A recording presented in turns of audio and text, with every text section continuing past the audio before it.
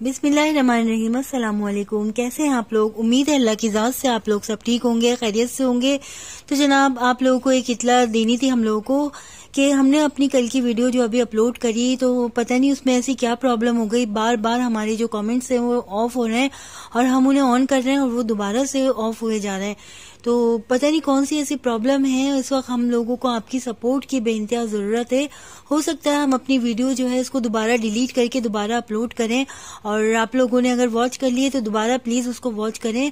और हमारे सब्सक्राइबर हैं उनके हमारे पास एक आध का कमेंट्स आया है कि आपने अपनी जो है ये मैसेज को कमेंट्स को ऑफ कर दिया। तो जनाब, हम क्यों करेंगे?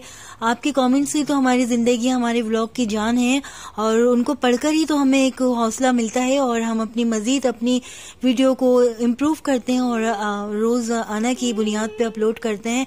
लेकिन बराए मेहरबानी आप लोग जरा दुआ करें, इस वक्त हमें बहुत ज्यादा जरूरत है। हमारे चैनल के अंदर ये पता नहीं क्या खराबी हो गई, दूसरी बार ऐसी खराबी हुई है।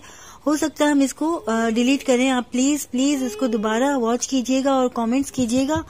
आपकी दुआओं की जरूरत है। ज़ैनब को भी, आप लोग ज़ैनब को इतना सपोर्ट कर रहे हैं, तो आप लोग प्लीज अपनी गुड़िया रानी के इस चैनल को सपोर्ट करें। और आपकी गुड़िया रानी देखें आज हंस भी नहीं रही हैं।